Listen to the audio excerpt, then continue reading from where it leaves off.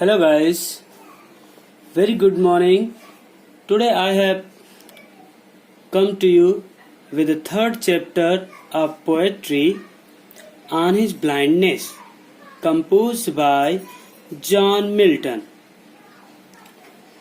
First, we will read about the poet and know about his mentality, about his career, and then we will read about the poem, and then after that we will study the poem on his blindness.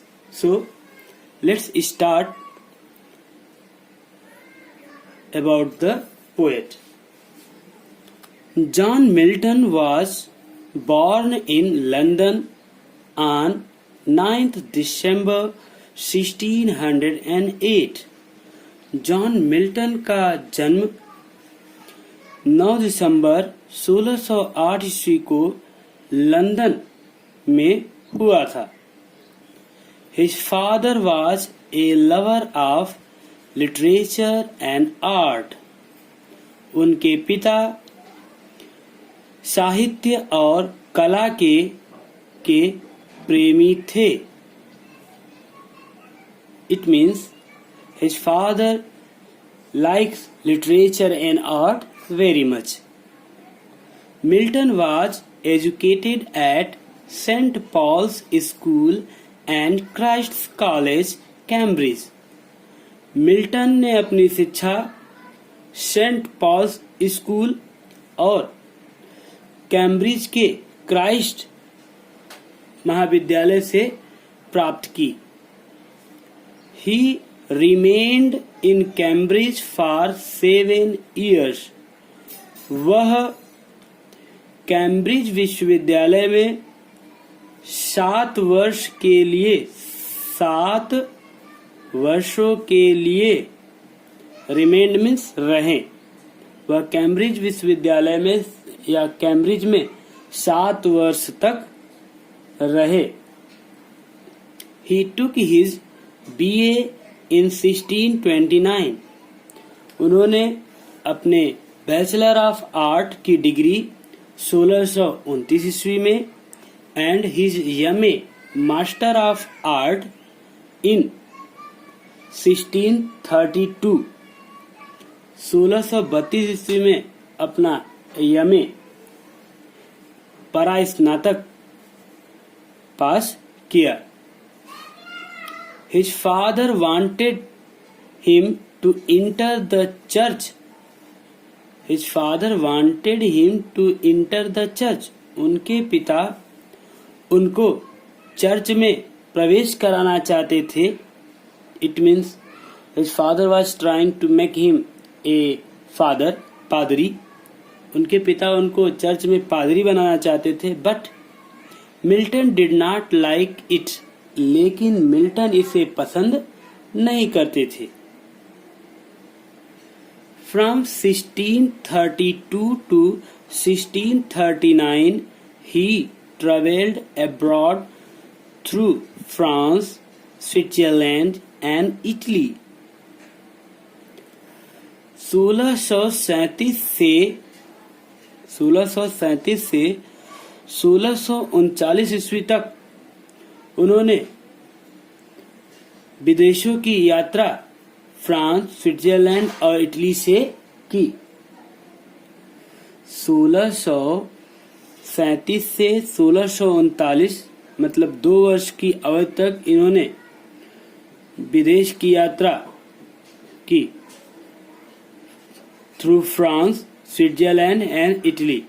France से होते हुए Switzerland और Italy की यात्रा की. Travelled means यात्रा की. He was also appointed Latin secretary to the government. वह सरकार के लिए लैटिन सेक्रेटरी सहायक के रूप में भी अपॉइंटेड नियुक्त हुए. And held this post till the restoration of monarchy. और उस पद को तब तक संभाले रखा, एंड हेल्ड दिस पोस्ट, और तब तक इस पद पर बने रहे, till the restoration of monarchy, जब तक कि राजतंत्र की स्थापना नहीं हो गई। मोनार्की मीन्स राजतंत्र। He became totally blind in 1652 at the age of 44. वह 1652 ईस्वी में 44 वर्ष की अवस्था में पूर्ण रूपेण अंधे हो गए। John Milton. It was a great calamity, विपदा। यह एक महान विपदा थी। यह एक महान विपदा थी। That it was a calamity that John Milton became blind at the age of 44. यह एक महान विपदा थी, आपत्ति थी, घटना थी कि 44 वर्ष की अवस्था में मिल्टन अंधे हो गए। 3 years later, 3 वर्ष पश्चात, he married again, उन्होंने फिर से विवाह किया, but his second wife died within 15 months, लेकिन उनकी दूसरी पत्नी 15 महीनों के अंदर ही दिवंगत हो गई। डाइड मीन्स दिवंगत हो गई। On the restoration of monarchy, राजतंत्र के स्थापना पर, राजतंत्र की स्थापना होने पर, ही वाज अरेस्टेड, उन्हें गिरफ्तार कर लिया गया, बंदी बना लिया गया। 2 of his works were publicly burnt, उनके 2 कृतियों को जनता के सामने जला दिया गया। बर्ट मीन्स जला दिया गया, बर्न, बर्ट, जला दिया गया। But soon he was released, freed, लेकिन जल्द ही उन्हें स्वतंत्र छोड़ दिया गया, मुक्त कर दिया गया। The rest of his life was passed in obscurity, poverty and loneliness, और बाकी का जीवन, रेस्ट ऑफ हिज लाइफ, और बाकी का उनका जीवन गुजरा किसमें? इन ऑब्सक्योरिटी, गरीबी या जटिलता, कठिनाई, पॉवर्टी मीन्स गरीबी, एंड लोनलीनेस मीन्स अकेलेपन में। बाकी का उनका जीवन कठिनाई, गरीबी और अकेलेपन में बीत गया। इन हिज लेटर ईयर्स, अपने बाद के वर्षों में, उनके बाद के वर्षों में, हिज डॉटर्स, उनकी पुत्रियां, बाद के वर्षों में उनकी पुत्रियां became the eyes and ears of the blind poet,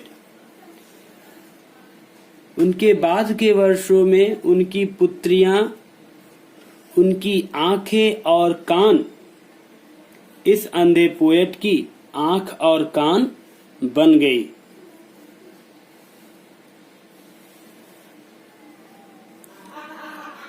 On his blindness is the best known sonnet of John Milton. On his blindness, उनके अंधेपन पर जॉन मिल्टन की सबसे ज्यादा जानी पहचानी सोनेट 14 पंक्तियों की कविता है। इट रिफ्लेक्ट्स, यह दिखाती है, प्रदर्शित करती है, his grief at his blindness, यह उनके अंधेपन पर उनके ग्रीफ, दुख को रिफ्लेक्ट प्रदर्शित करती है। His other poetic works are उनके अन्य काव्यात्मक रचनाएं हैं पैराडाइज लास्ट, पैराडाइज रीगेन्ड, स्वर्ग को खो देना, पैराडाइज रीगेन्ड, स्वर्ग की प्राप्ति, सैमसन एगोनिस्ट्स, ये उनके महाकाव्य हैं, एक्सेट्रा, etc, इटसेट्रा, इत्यादि इत्यादि। इंडीड, वास्तव में, he is a great literary artist and a scholar poet of the world. वास्तव में वह संसार के महान साहित्यिक कलाकार और विद्वान कवि हैं। वास्तव में वह संसार के महान साहित्यिक कलाकार और विद्वान कवि, स्कॉलर मीन्स विद्वान, कवि हैं, इज मीन्स है। Let us read about the poem. On his blindness is a personal sonnet. On his blindness is a personal sonnet. On his blindness एक व्यक्तिगत 14 पंक्तियों की कविता है। It mirrors firm faith of John Milton in God's omnipotence and generosity. यह दिखाता है, mirrors means दिखाता है, firm faith of John Milton in God's omnipotence and generosity. John Milton की ईश्वर की ओमनीपोटेंस, सर्वशक्ति मान, एंड जनरसिटी, और उदारता, सर्वशक्ति मान होने की और उदार होने की, भगवान के सर्वशक्तिमान और उदार होने की जॉन मिल्टन के फेथ, दृढ़ विश्वास को दिखाती है। God does not love only those, ईश्वर केवल उन लोगों को ही प्यार नहीं करता, who render him active service, जो उसकी तीव्र गति से उनकी सेवा में लगे रहते हैं, जो उनकी द्रुत गति से सेवा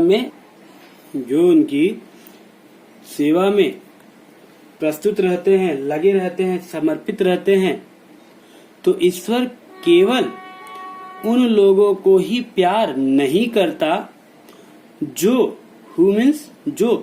रेंडर हिम एक्टिव सर्विस, जो उनकी सेवा में तीव्र गति से प्रस्तुत रहता है, समर्पित रहता है, जो उनकी सेवा में तीव्र गति से समर्पित रहता है, and truthfully carry out his gentle instruction, और बड़े ही सच्चाई से उनके साधारण इंस्ट्रक्शन, अच्छे सुझावों को बड़े ही सच्चाई से कैरी आउट, पालन करता है, ले जाता है। He also loves those, ईश्वर उन लोगों को भी प्यार करता है, who resign themselves completely on his pleasure by reposing infinite faith in his goodness and justice।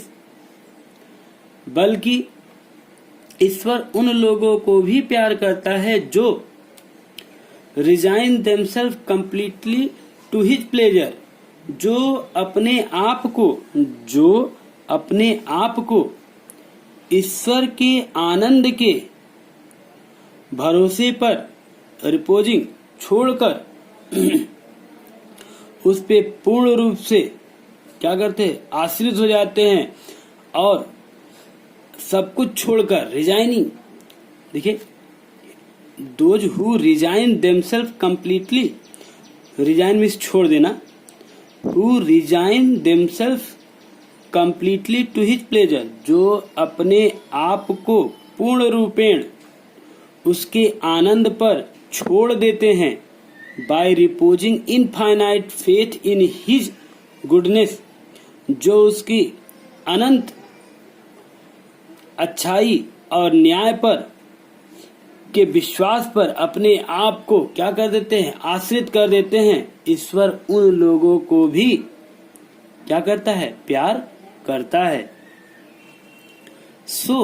इसलिए the best service of God is to have faith in him.